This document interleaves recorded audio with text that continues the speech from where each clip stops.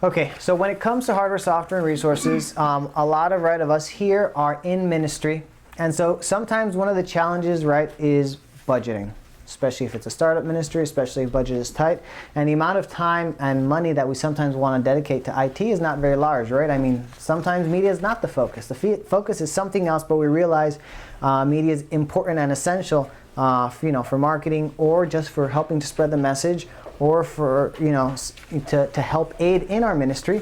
So we don't have a lot of money to spend, right? Because it's not the focal point of our ministry.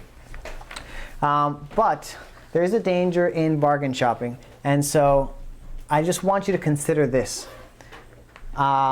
Spirit of Prophecy counsels that what is the greatest talent that God has given to men? What is the greatest resource, the most important resource that God has given to men? And talent, really. I'll give you a clue. It's a four-letter word. It starts with T. Trust. Time. Right? Time is more difficult to come by than money. Yes or no? Yes. You can make money. Once you lose time, it's gone. You can't make it back. And so, consider this: when you're bargain shopping, it's better. And this is why I'm kind of giving you a list of kind of my trusted vendors and my kind of go-to. You will find a plethora of information. And you can probably go out there every day and just try to find the lowest price. I may not get the lowest price every day, but I just go to a list of places where I believe I can find what I need at a very affordable price, if not the lowest price. And I usually just stick to these kind of areas. Occasionally I might delve, but I don't spend so much time about it, because if I'm going out there every time and doing the research and looking for new vendors and then trying my experiences with another company every time, I might save a couple of bucks, but over the long run of things, I'm losing a lot of time. It takes a lot of energy to go back. Whereas you find a company that you can trust, you work with it, and then it's just that headache is gone away. So just consider that as well. The element of time. How much time are you spending in bargain shopping? Because I mean, sometimes it pays off, sometimes it doesn't. So there's a balance is what I'm saying, right? We always look for a good price, but at the same time, just don't overdo it. Consistency as well. Sometimes we might want to just find the cheapest computer system, the cheapest camera, this or that. But to be honest, in all of the systems that we work with, a lot of times, in media equipment, for example, if you're in a multi-camera situation, it is better that you have cameras that are all of the same brand, that are all using a similar or the same sensor, that are, equipment usually, not always, but usually works well, audio, for example. If you've got, PV speakers, it's usually good to have, or they work well together, of course, with an amplifier that's of the same brand, and or a mixer of the same brand, but that's not always necessary, but sometimes, it is. So try as much as possible, to keep and maintain a consistency. It makes it less accounts that you have to manage, less vendors that you have to know and document, less phone numbers or people that you have to call. It sometimes might allow you to also establish relationships with people, right? I mean, sometimes you might spend a lot of money, but if you spend $1,000 here, $1,000 here, $1,000 there, $1,000 there, people just look at you as, a little buyer. You're not really very significant to them. But if you spend, $10,000 in one place, it's not to say that's what, you need to do all the time, but there are times when it might be beneficial. You also establish a relationship sometimes with another business, and that can be helpful in obtaining solutions and getting the right ideas and the right information. Not only that, in troubleshooting. Things work better when they were meant to work together, right? Usually, same brand equipment works well together. If you're buying computer systems, I find that at the very least, I like to maintain same brand. Just because that's just one software company that I know I'm going to go to, and I'm familiar kind of with how the computers are made and the issues that I can expect. You're always going to run into issues. There's no such thing as technology that is fail-safe technology. It's the reason why I have job security in IT, because technology, there's always something that needs to be worked, right? That's why, that's as intelligent as machines are, they still need human manipulation. Mm-hmm. They still need human intervention. Mm-hmm. So consistency just helps with that. And consolidation, as we look especially at software. As much as is possible, I recommend consolidation. But again, always fine for balance, right? You don't want just one software that does everything and depend on just one software for everything.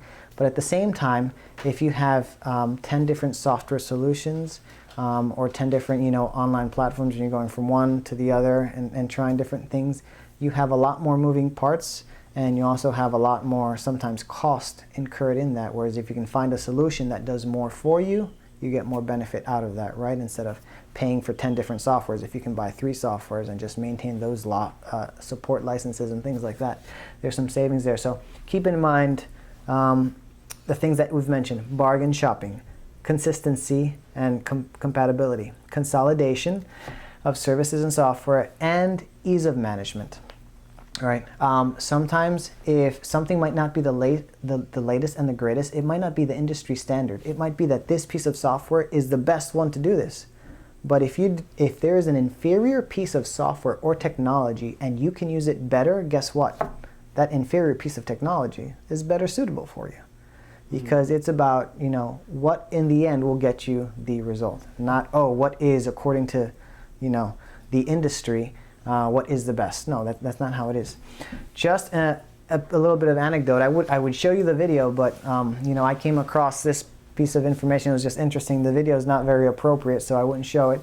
But just these people, they took a GoPro. You know what a GoPro is, right? Not a very expensive, not a very fancy camera. A GoPro is one of these little portable, sports cameras. People sometimes attach it to a helmet. They'll attach it, they can take it underwater. They can go skydiving or scuba diving with it. It's a camera that's really meant for very rugged action. So they use it a lot in extreme sports and things like that. And people attach it to their bikes, attach it to cars, attach it to helmets, attach it to whatever, and it's just yay big. It does fairly good. It's not crazy expensive. It is, an okay camera for those. It's suitable for those purposes, of course, where you wouldn't really take fancy equipment, right? If you're surfing, for example. But they took this GoPro and they tied it to a piece of rope or string, and they created just some little makeshift balancing system, out of cardboard and wire. And what they did was they recorded in very high frame rate so that they can play back in slow motion, and they are literally just spinning the camera. They're spinning the camera and doing different things, and it's just in slow motion, and they just really thought out of the box. They took a very, very, very low budget that they had, and they just made this music video that was a big hit, and they made, hundreds of thousands of dollars. I forget exactly how much. They made a lot of money off of this thing, and all that they spent on was, just a piece of string, a GoPro, and a few things that you can get out of the trash can. Mm-hmm. So it just shows you, that there are people out there in the world, right, that are actually doing this, that they will, just take whatever they have at their disposal and they know how to use it well. It just goes to show, right? We have even biblical example, right? When God called Moses, he said, "What do you have in your hand?" He said, "A staff." That's it. That's all you need. I'm sending you to Egypt, right? And he worked, miracles, just using this was his tool. This was his implement, the staff. But it just shows you that whatever you have at your disposal, you use to the best of your ability. You ask God for wisdom. You ask God for guidance. So you don't need to have a $10,000 budget, a $100,000 budget, $1 million budget in order to be successful. Okay, that's it. I'll move on. And there's another tricky subject, especially in ministry, that sometimes is controversial. Some of the resources that I'm going to be sharing with you are specifically geared towards nonprofit organizations, right? If your organization, if your ministry is a registered nonprofit organization, C3, and you actually are awarded, tax exemption with any state or federal agency, I'm not exactly sure how it works. I don't do that aspect of our ministry. Excuse me. A lot of people feel that that it's not appropriate. That it's a conflict of interest. That to take money or to take discounts from the government. But there's very interesting counsel on this, and I want you to bear this in mind. especially because there are opportunities. There are software donations out there. There are companies that do discounts for nonprofit organizations. And there are people who may not necessarily have the same principles that you do, but may be willing to support because they admire and they, are inspired by what you're doing in the case of ministry. And I'd like to share this with you. This is a letter written by Ellen White to Haskell, I believe, because the General Conference of our church, at a time when the General Conference was not sure that they should accept the tax exemption status, because they thought, we don't want to mix church and state. We don't want to take that concession. Like, no, we're gonna pay our taxes. It says, you inquire with respect to the proprietary of receiving gifts from Gentiles and heathen. The question is not strange, but I would ask you, who is it that owns our world? Who are the real owners of the houses and the lands? Is it not God? He has an abundance in our world, which he has placed in the hands of men, by which the hungry might be supplied with food, the naked with clothing, and the homeless with homes. The Lord would move upon worldly men, even idolaters, to give of their abundance for the support of the work. If we would approach them wisely and give them an opportunity of doing those things which it is to their privilege to do. Whose privilege? Their privilege. I want you to notice that. What they would give, we should be privileged to receive. In other words, when we receive donations for the work of the Lord, don't think that we are the only ones being blessed. Actually, I think a greater blessing is upon those who are supporting. Moving on. Including the government. Including the government. Did I? Nope, sorry. Our brethren there are not looking at everything in the right light. The movements they have made to pay taxes on the property of the sanitarium and tabernacle have manifested a zeal and a conscientiousness that in all respects is not wise or correct. Their ideas of religious liberty are being woven with suggestions that do not come from the Holy Spirit, and the religious liberty cause is sickening, and its sickness can only be healed by the grace and gentleness of Christ. I am often greatly distressed when I see our leading men taking extreme positions and burdening themselves over matters that should not be taken up or worried over, but left in the hands of God for him to adjust. We are yet in the world, and God keeps for us a place in connection with the world, and works by his own right hand to prepare the way before us, in order that his work may progress along its various lines. If someone is willing to donate to your cause, who else but God has moved on the heart of that person? So by my understanding, by the counsel, and it's just the opinion of this servant who stands before you, that I think that any donations that are available to us should be taken advantage of, and I don't think it wrong or think it exploit. I think actually it's a blessing for both entities. So the first one of those is TechSoup and Insight. These are two resources or two vendors that I'd like to talk about. Excuse me. Yes. What writing was that from? That was from, this was a letter written, but this letter and the full testimony can be found in Testimonies to Ministers and Gospel Workers, page 197 to 203. If anyone wants the presentation, of course, like I said, if you write the emails down, I'll send you the presentations from the weekend and as well as the electronic copy of this. All right, so TechSoup and Insight. TechSoup and Insight are both technology brokers. In other words, they resell. All right, they are in touch with a lot of the larger manufacturers, and they resell a lot of software, a lot of hardware, a lot of IT services and media services and things like that. Lots of resources. Check out their websites. Everything I'm giving you is really just creating awareness. You're gonna go back, look at these websites and see what they have to offer and see if it's what you're looking for or what can be helpful to your ministry or to whatever it is that you're seeking to do.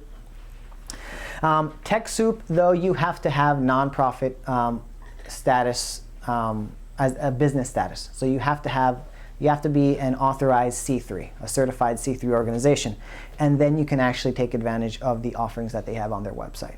So just bear that in mind. Some of the prices that I'm going to share with you, some of the prices on this spreadsheet actually are, I'm sharing with you from the lowest prices to the most expensive prices. Of course, these are the lowest prices that I can find them, but some of these prices are only available through TechSoup, for example. So just bear that in mind. You know, like, yeah, I'll get on prices when I get back over to software. So just TechSoup is a company that you can call, or you can go to their website and you can apply, create an account rather, you know, and if your ministry is established, you can put in your account, and then they will validate you as a nonprofit organization. I mean, once you have, of course, the certification, then they just validate your account, and then they tell you from their website what is available. Let me see if I can show you.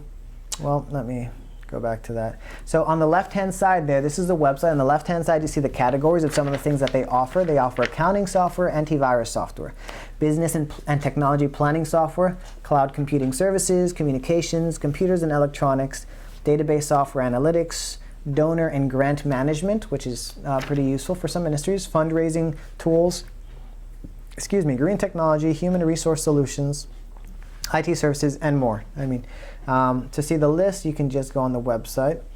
I was going to show you, actually, we don't have internet here, but I did take the website and load it, and let me see if I still got the product catalog. Okay, we do. Let's see if we can show you. All right, so I mean, you'll see some names that are very familiar. I mean, like Adobe, Microsoft, Cisco, Dell, Donor Perfect. These are all the different vendors that offer donations, and what they do is they manage. All these companies, right, are looking for tax cuts, and so they donate a lot of things to worthy causes, but TechSoup is the broker that actually manages this, right? You can't just go to Dell and say, I'd like a donation. No, they'll go to TechSoup or go to one of these other agencies. I think there are others, but TechSoup is the biggest. It's the one that we use. We've had good relations with them. When you get approved at TechSoup, you may get approved to receive donations from some vendors, not from others. Microsoft, for example, is one. We had a TechSoup account. We were acknowledged as the C3 organization, but when I came into the ministry, we were not. We did not qualify for Microsoft software donations, just because of the nature of our. We were in a very unusual situation because we have one tax ID, and so we operate as a single ministry, but we have different elements of the ministry. And so they would look at our website, they would look at our ID, and we had a school associated with it, which is a non-accredited association. We had a hospital at some point in time. We have the Lifestyle Center, and we have an elementary school, which is an accredited school. So they were looking at all of these things, and unfortunately, in order to qualify as a nonprofit, you can't be a health entity, you can't be an accredited educate, because they have discount categories for government, for healthcare, and specifically for education. And because we were a mix of each, when you're part of one, it disqualifies you from being from the other. So just to know, you know, when you have multiple entities, it might be prudent, at least for this. I'm not sure in other areas, maybe a tax professional can tell you about that, but at least technology-wise, if you can segregate your business, it might make offerings of it, you know, more offerings available to you than if you operate under just one big umbrella. But fortunately, well, what I am going to say here is that if you don't qualify, apply again. And it's not lying, but look for ways to define your business, right? Because this is really just all about perception. It's not about lying. It's just describe what it is that you do. And it's about the impression that they get, sometimes the people that you get, and sometimes the God, you know, opening doors. I'm not sure if it was the fact that our hospital portion sector of our institute closed, or just the person that I spoke with. I wasn't even trying to. I applied 3 times, got denied, and the last person that I spoke to, I said, okay, I want to look into a software solution with Microsoft. What is it going to cost? I wasn't even looking for nonprofit pricing. I was just, what does it cost? And they said, oh, you should qualify for nonprofit. I was like, well, I've applied 3 times and I've been denied. Well, apply again. We did, and we got approved. And I mean, the savings are huge. You know, Office Standard and Open License costs $299. If you buy Home and Business, you might be looking at $130, you know, for like Office Suite, right? Like, you know, Outlook, Word, Excel, PowerPoint, right? Very common business productivity software. We pay $29. Wow. That's it. That's what we pay every time we buy a license, and we own it. It's ours. It is a donation that you have access to.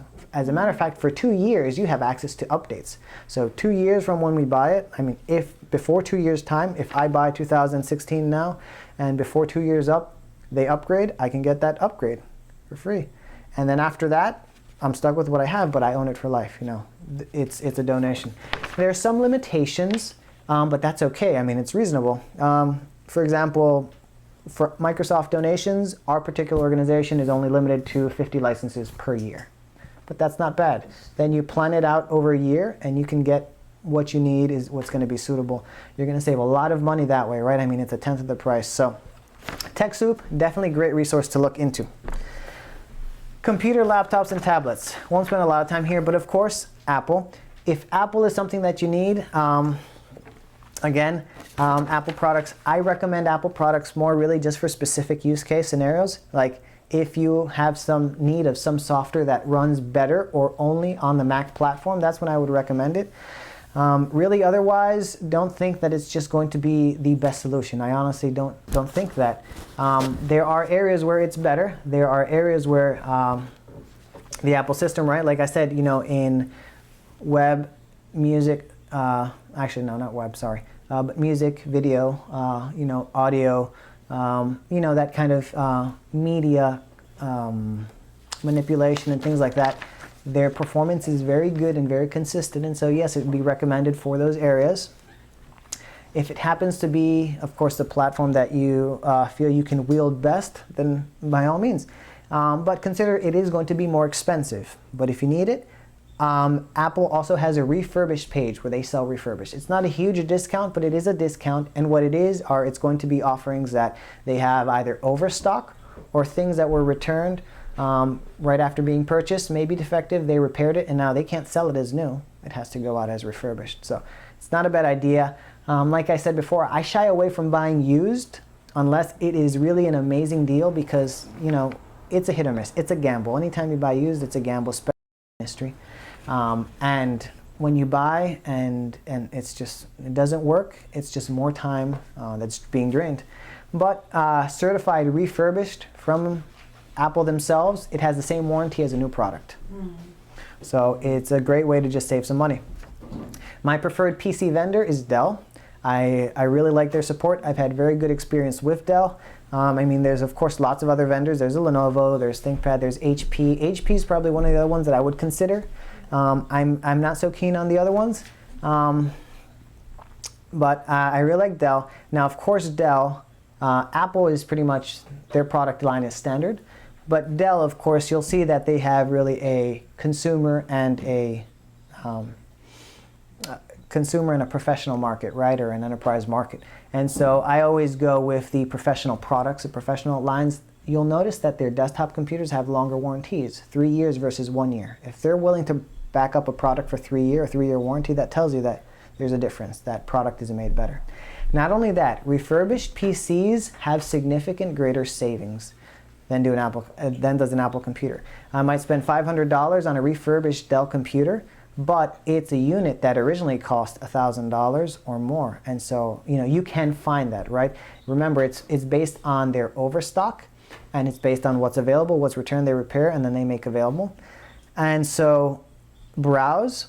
Not only that, on top of the fact that they have discounted refurbished software, you can see there that there is a coupon section. They actually do offer coupons, and you can actually just click right there and see what the discounts are. So if you play your cards right and you just, you know, when you're buying, look advanced, don't just wait until you're like, oh no, I need a computer and I need it next week. If you can actually take the time, give yourself the time and do some hunting in that sense and just checking the coupons, you notice that they do weekly or bi-monthly deals, and those stack very well. So I mean, on top of the discounted pricing for refurbished, and then if you get an extra 25% off. And something that I do with Dell when I buy refurbished is I always put in my orders on the phone. I'm talking to a person, to an agent, and I check the coupons on the website. And even if I check the coupon on the website, I'll say, hey, you know, we're a nonprofit organization. Do you have any other discounts available? Do you have any other discounts? They'll always try to sell you something at the end. They're always trying to boost up the cost of what they're selling you, right? Oh, do you want insurance with that? Oh, do you want software with that? No, to be honest, I'm on a tight budget, but, you know, do you have any other offerings? Do you have any other discounts? Any other coupon codes? And sometimes they won't have it, and sometimes you'll find a person that's helpful and actually says, you know what? Yeah, I do. I'll give you an extra 5-10% off, something like that. So don't be afraid to ask. Ask and ye shall receive. Don't ask, you get nothing. The worst that they can say is no. And there's a few other vendors. I'm not going to go over every one of them. How am I doing on time? It's 4:35. Man, time's flying. Okay, so Newegg is just another good computer vendor. They have everything from computers, TV screens, electronics, peripherals, and yeah. Networking. Okay, networking, Ubiquiti. Ubiquiti is an interesting company. Ubiquiti, I really like. They sell wired and wireless networking devices like switches, routers, wireless. Their wireless products are very good, and wireless technology is always iffy and always difficult to deal with, or sometimes gives inconsistent results. But their wireless products are a very high caliber, very professional grade, enterprise grade. Their products might, like their access points, for example, are about $100 in price, and they compare, I think, well to some that are on the market that might cost around $500 and up a piece, up to $1,000 a piece. So, I mean, it's significant savings. The reason for the savings, though, is they do not have technical support. Their products are warranted, but don't expect that you're going to be able to call them and ask for help. However, we live in an era, right, where the school of YouTube is very well known. You can go on YouTube and see how to set up any one of their devices. And so, if you're not afraid to venture that way, I would definitely try it. Like I said, they don't have support. They have what's called forum support. In other words, they put out a lot of articles, they put out a lot of documentation, and they say you're on your own. Here's all the documentation. Here's kind of like the forum where people can ask questions and things like that. So it's a way to get very good technology, very affordable rates. Cabling, monoprice.com. Whether it's audio cabling, whether it's AV cabling, HDMI cables, SDI cables, they have very, very good pricing. And you can even sometimes find their cables and their products. They actually sell through Amazon as well. And so sometimes I go on their website and then I check on Amazon and I just see, depending on what you're ordering and how fast you need it. If you need 2-day shipping, of course, you go through Amazon. The price might be better with shipping and all. Sometimes I go through Monoprice. Amazon, of course, sells pretty much everything.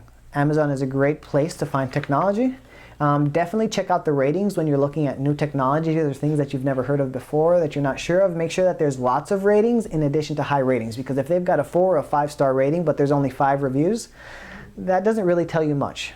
But if there's 100 reviews, 200, 1,000 reviews, and it's 4.5-star rating, hey, I think it's trustworthy. And just because we were on the topic of recorder, I went ahead and I looked that one up and put a picture on that. But this here is an excellent recorder if you're looking to record audio. So if audio ministry is something you're trying to do, these recorders are very good. These are just some prices. They have different models, and of course they vary in the features as well that they do, but just excellent for just capturing audio. This is just an audio recorder. It has a lot of other features. That's the Zoom recorder. I didn't have that on the spreadsheet because I just added that based on one of the questions that came earlier.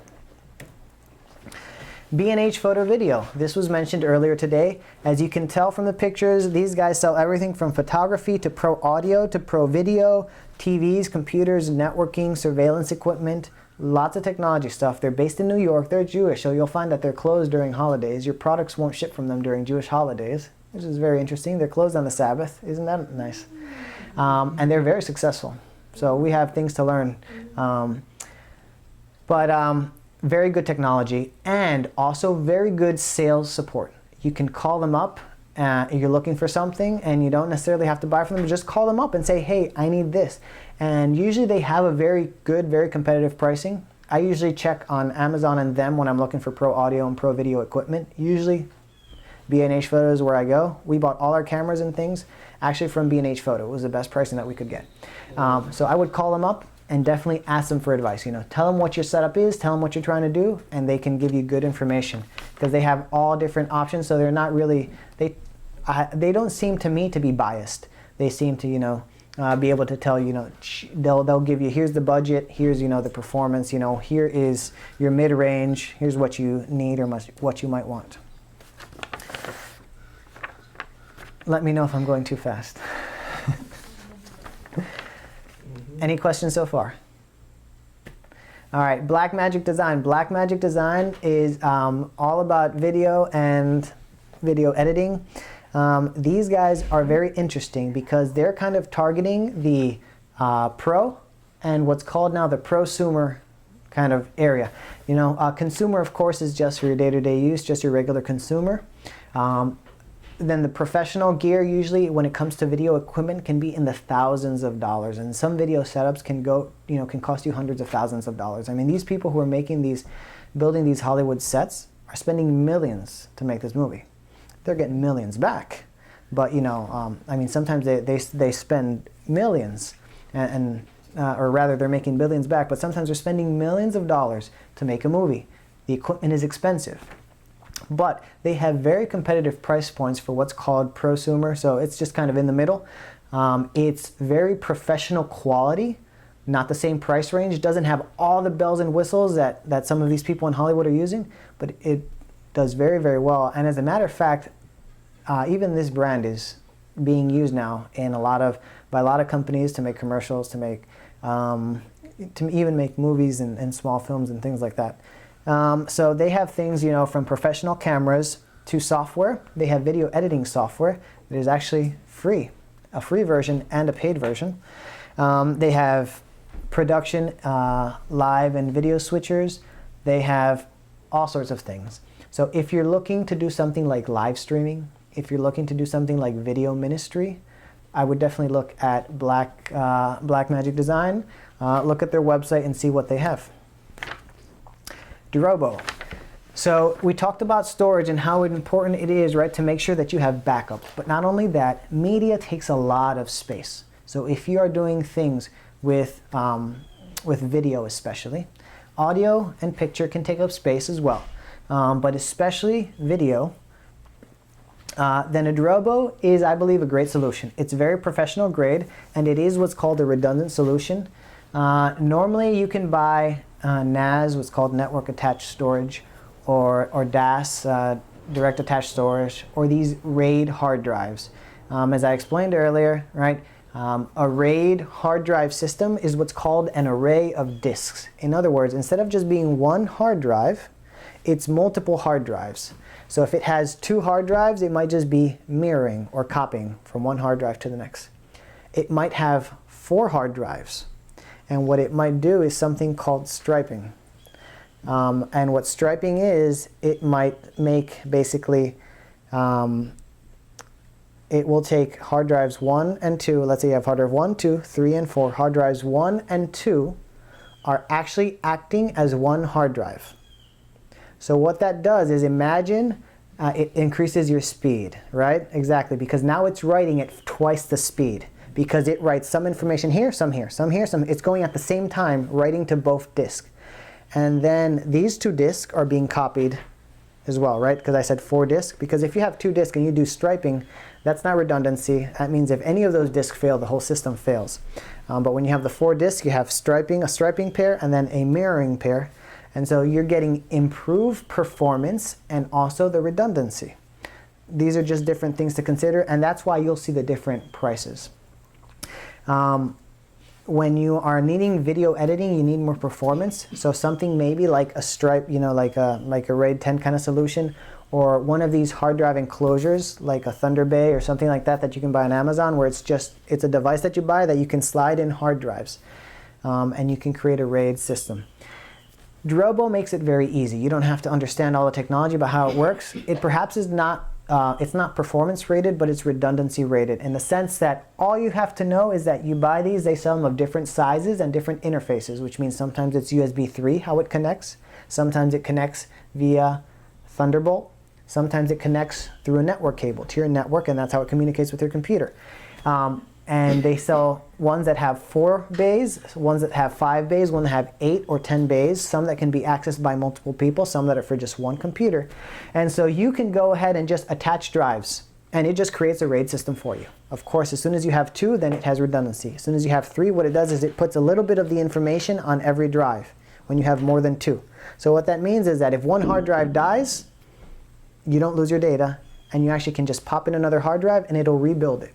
And then all your drive is there. They also have a very nice visual cue that tells you the health of your drives. Green means good. Red is bad, right? I mean, elementary, I think we're all used to seeing that. And yellow means the drive is failing, or the health is not so good, or the drive is filling up, time to replace it or time to upgrade. Most RAID systems require that all the discs be exactly the same size, exactly the same make, exactly the same model. Drobo doesn't. They're actually very sophisticated. You can just put any kind of mix of disc and they'll make it work. So Drobo is a good solution, and they tend to be a lot cheaper than some of the other competitors. So it's a great way to store all your media if you're building a lot of it. This is kind of cool. For those of you who are considering video ministry, Sling Studio. Sling Studio is something that I would consider in a studio, especially where running cables is a difficulty. It's something that Ben actually shared with me, and I like the idea. I'm not using it. I don't think it's a great solution for us, but it is a nice solution. And as you can tell, this is the base, and this device here allows you to connect other cameras wirelessly. You can even connect your smartphone and use it as a camera. And then you can download an app. When you buy this, you get the app that you can download on your iPad, on your Mac. I'm not sure if it works on PC. And so you have a very sophisticated setup that can fit in a backpack. It's a very, very convenient and I think it is an affordable way actually to get a multi-camera setup, a very kind of professional studio setup. We've got lots of cameras that you can go to for different pictures, different cuts. And the pricing, while expensive, is actually significantly cheaper for other places. And like I said, if it's difficult for you to run cables, or if you are in a very mobile setup where your cameras are moving and you don't want to, if you're in a mobile setup, you need to move those cameras, having cables is a challenge.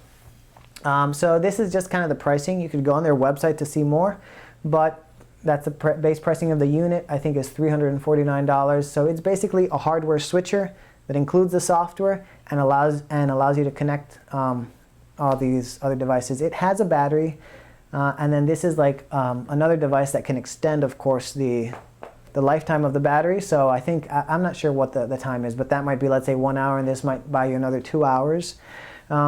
And then like the backpack, some connectors for some cameras, the wireless connectors for cameras. The whole kind of kit is, I don't see the price there. Okay, sorry, I think I cut it off the screen. But it's somewhere in the range of around $1,000, I think, between $1,000 and $1,200. And so if you're looking to invest in that kind of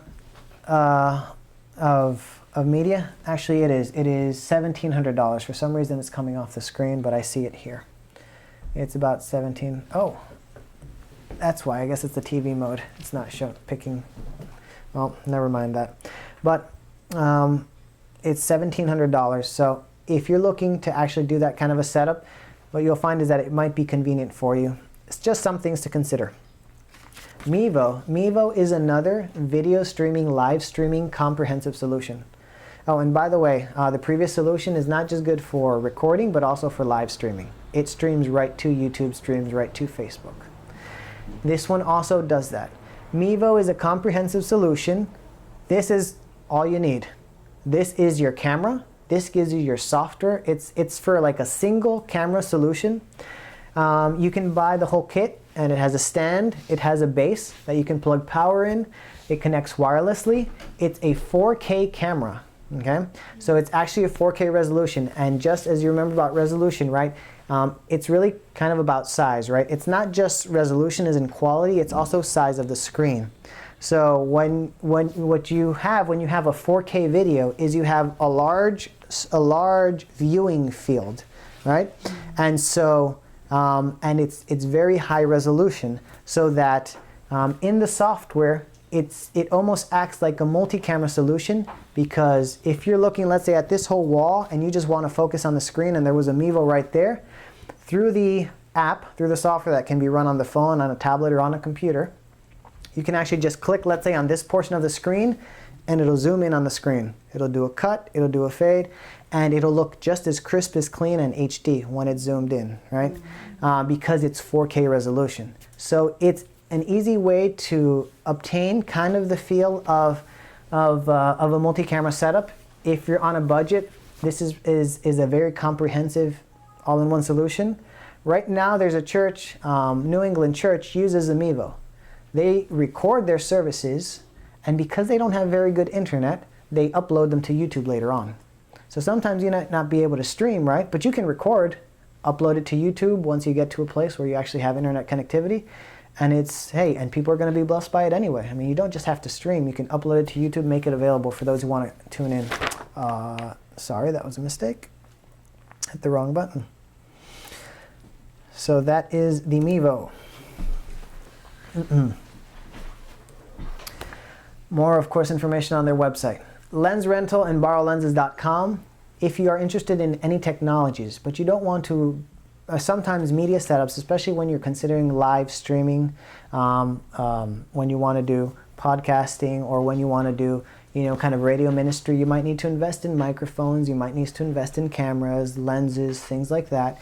This is a place where you can rent all this very expensive equipment for a fraction of the price, a fraction, very reasonable, and it includes the shipping, right? All you do, the price that they show you on the website includes shipping. So they actually ship it to you very fast, and it includes the labels for you to ship it back to them. It comes in boxes, so you can rent very expensive equipment, try it out, see if it works well, see if you're comfortable with it, and then you can either buy it from them, but their prices are not very good. You could return it to them and then just buy it from one of the other vendors that I've shared with you. We've actually done that in order to try out some of the Blackmagic design systems, that cost a few $1,000s. I said, wait, we want to try this out before we make that kind of investment. And it worked pretty well. We got some good insight as to how that works. Lens rental and borrowlenses.com. They're not on this sheet. Sorry, I forgot to add them to the sheet. Okay, that's all I have in the presentation. Now about software. Where is my mouse pointer? There it is. I'm going to have to fix this TV in a sec. Okay, this that you're looking at on the screen is actually Audacity. Some of it is coming off of the screen. Okay, that's a better view of the window. This is the Audacity application. As you can see from here, Audacity is an audio recording, mixing, and restoration software. It is free. This is the one that we mentioned earlier.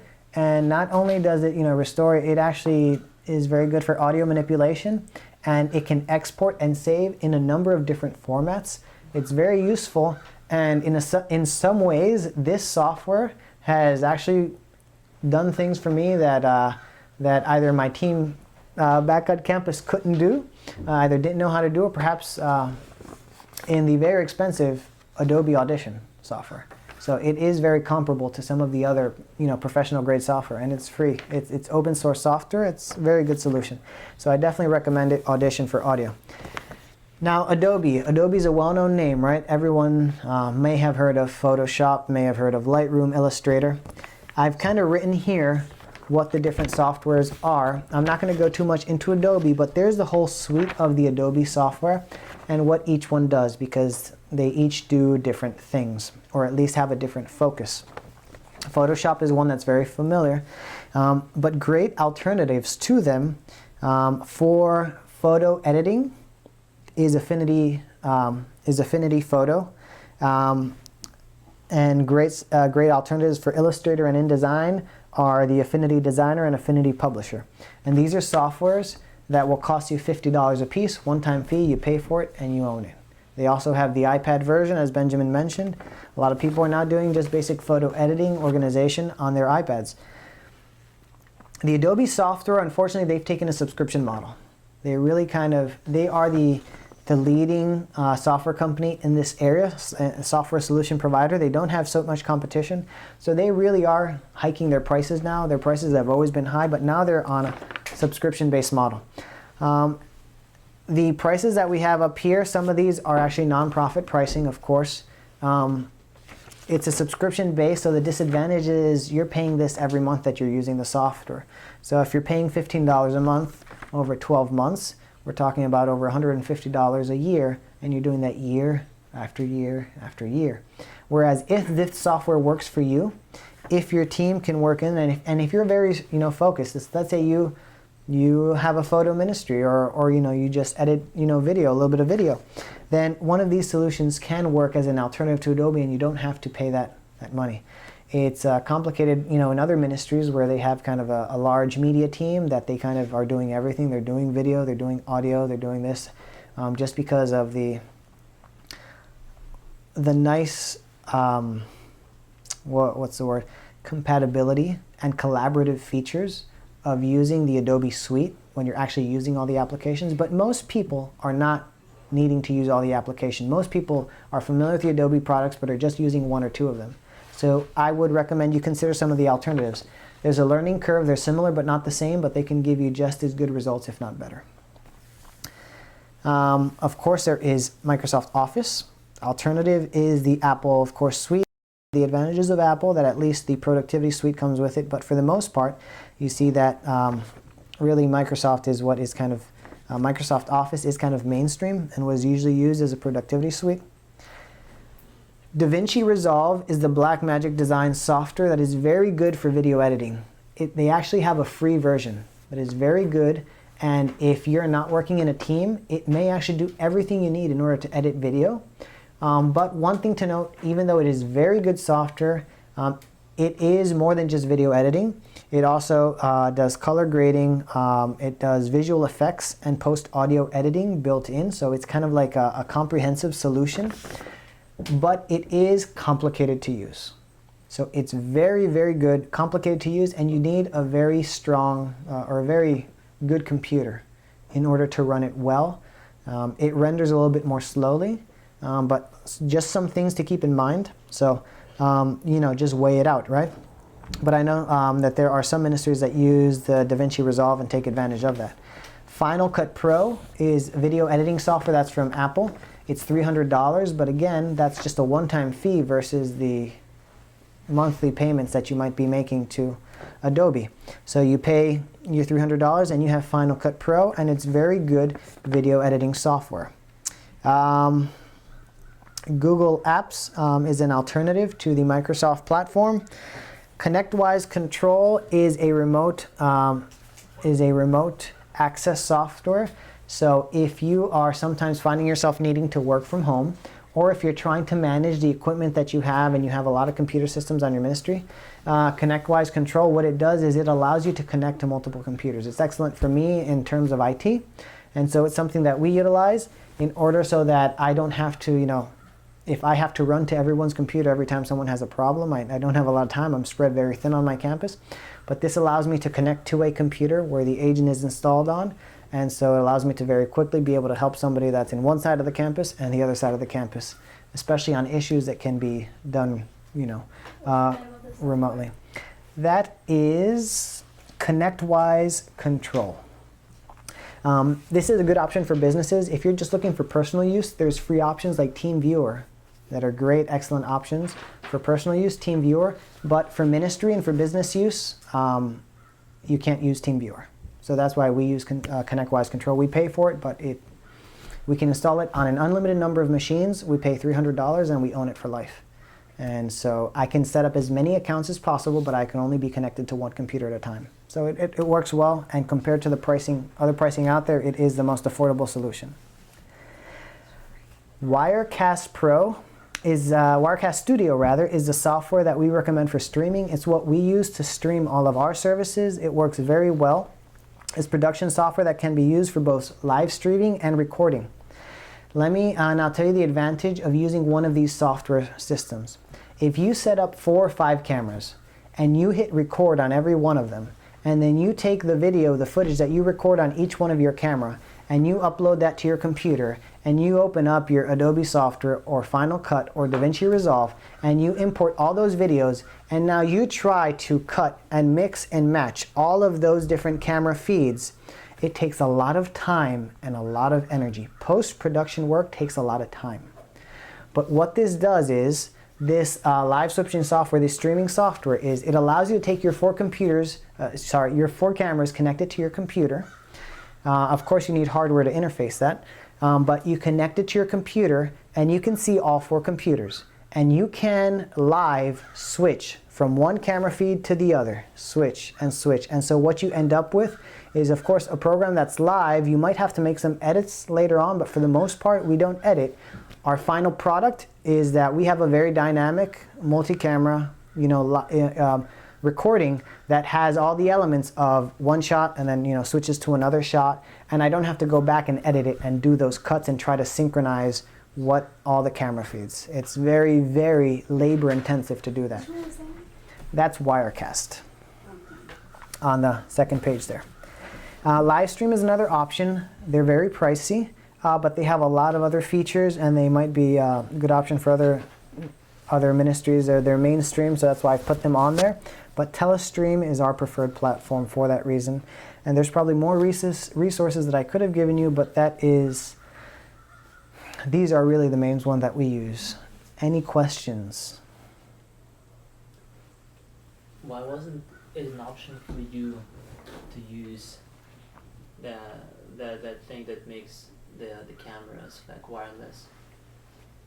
Okay, in our scenario, one thing that you have to remember when you're doing multi-camera system, right, is that you have multiple people manning. We stream our church services.